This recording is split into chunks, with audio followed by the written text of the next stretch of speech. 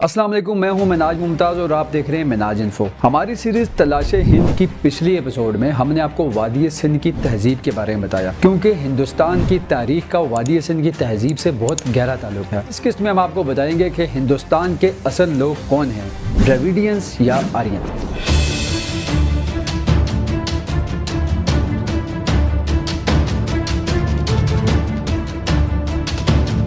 आप बाहर से आए हैं, ये आर्यन जितने भी हैं वो बाहर से आए, हम तो मूल भारतीय हैं। वादी सिंध की तहजीब में रहने वाले लोग कौन थे और कहां से आए, ये बात हमें मालूम नहीं। हो सकता है इनका बसना हिंदुस्तान ही में हुआ हो, यानी कि मतलब ये हिंदुस्तान ही में पैदा हुए हों और इनकी कुछ नस्ल जनूबी हिंद तक फैली हुई हो। शायद ये भी हो सकता है कि कहीं दूसरे मुल्कों से लोग आकर हिंदुस्तान में बस गए हों और इन लोगों की हिंदुस्तान में आमद का ज़माना मौजूदड़ों से भी हज़ारों बरस पहले का हुआ हो। गालिबन हम सिर्फ इस अमली नुक्ता नज़र से इनका शुमार हिंदुस्तान के असल बाशिंदों में कर सकते हैं। जी हाँ, मेरा इशारा द्रविडियंस की तरफ ही है, क्योंकि द्रविडियंस ही हिंदुस्तान के असल वासी हैं। क्या आप जानते हैं कि इस वक्त भारत में 227 मिलियन लोग द्रविडियंस हैं, जो भारत की आबादी का 13% बनता है। द्रविडियंस बड़ी तादाद में माल मवेशी रखते थे और खेती बाड़ी करते थे और जनूबी और शुमाली हिंदुस्तान में द्रविडियंस के बड़े बड़े शहर आबाद थे और जिनमें इनकी बहुत सारी नस्लें रहती थी और बड़े इलाकों में राजा राज करते थे। द्रविडियंस दूसरे कंट्रीज से तजारत करते थे, जिनमें हाथी के दांत, मोर, सागौन की लकड़ी, संदल की लकड़ी और चावल दूसरी कंट्रीज़ को भेजते थे। अगर बात की जाए मौजूदा हिंदुस्तान में साउथ इंडियंस पीपल की, तो इनकी शक्ल सूरत और असल द्रविडियंस की शक्ल सूरत में बहुत कम फ़र्क है और ये लोग आज भी द्रविडियंस ही कहलाते हैं। हज़ारों साल तक सख्त और गर्म मुल्कों में रहने की वजह से इनके काले हो गए और ये हिंदुस्तान के दूसरे लोगों की निस्बत बहुत ज़्यादा काले हैं। अब हम बात करते हैं आर्या कौम यानी आर्यंस की। आर्यंस 2500 BC में सेंट्रल एशिया से हिंदुस्तान आए थे। आर्यंस हिंदुस्तान में सिंधी तहजीब के यानी सिंध सिविलाइजेशन के 1000 बरस बाद में आना शुरू हुए थे। तकरीबन 2500 कबले मसीह में यानी 2500 BC में आर्यन नस्ल के लोगों ने आर्यंस ने हिंदुस्तान पर हमला कर दिया। ये वो वक्त था जब हिंदुस्तान में द्रविडियंस रहते थे।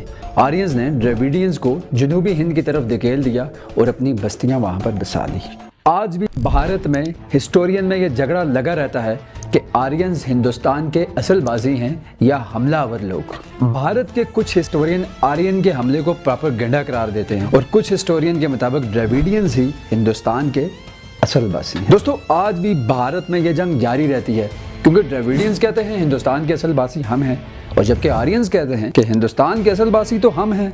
डॉक्टर बाबा साहब इस देश से भागना चाहते थे, खड़गे जी, वो तो आप मूल बाद में भारतीय थे। प्लीज। आप बाहर से आए हैं, ये आर्यन जितने भी हैं वो बाहर से आए, हम तो मूल भारतीय हैं। इस देश में रहने वाले लोग हैं, हम भागने वाले नहीं हैं। इस देश को बचाने वाले लोग हैं, इस देश को रक्षण करने वाले लोग हैं। प्लीज हम 5000 साल मार खा। तो यहाँ पर हम ऋग्वेद की बात करते हैं। ऋग्वेद दुनिया की कदीम मजहबी किताबों में से एक है।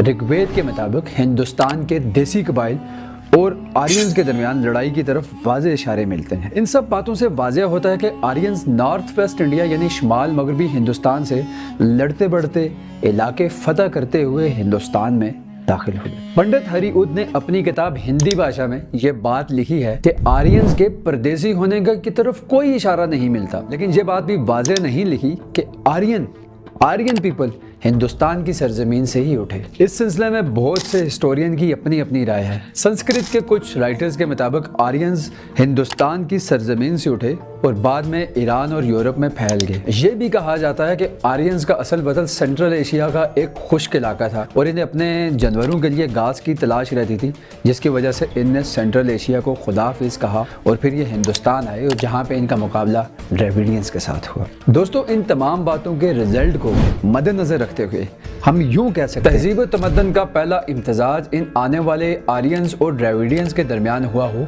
गालिबन जो वादी सिंध की तहजीब के हामिल थे। मतलब आर्यन और द्रविडियंस मिलजुल कर रहने लगे हों और आगे चलकर हिंदुस्तानी तहजीब और नस्लें पैदा हुई हों। जो आर्यन हिंदुस्तान आए थे वो अपने साथ हिंदी ईरानी ज़बान लेके आए थे, जो बाद में हिंदुस्तान में हिंद आर्याई जुबान बनी और बाद में इसे हिंद आर्याई का नाम दे दिया गया। 2005 में सिल इंस्टीट्यूट की एक रिसर्च के मुताबिक हिंद आर्याई में 209 ज़बानें बोली जाती हैं। हिंदी और उर्दू सबसे बड़ी ज़बान है जिसको 64 करोड़ लोग बोलते हैं। आर्य कौम के लोग सफ़ेद रंगत और ऊंचे कद वाले होते थे और दूध और मक्खन इनकी ग़िज़ा होती थी और ये खेती बाड़ी भी करते थे।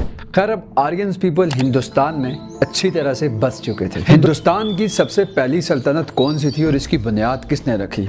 दोस्तों आपको पता होगा कि आजकल भारत में अखंड भारत की बड़ी बातें की जा रही हैं और भारत के पार्लियामेंट में अखंड भारत का नक्शा भी दिखाया गया है। नया अखंड भारत का नक्शा लगा है, ये आप देख रहे हैं।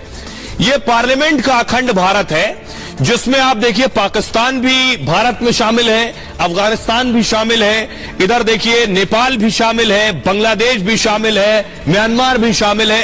ये है अखंड भारत का नक्शा। भारत की पहली सल्तनत का इस अखंड भारत से क्या ताल्लुक है, ये हम आपको बताएंगे तलाशे हिंद की अगली एपिसोड में।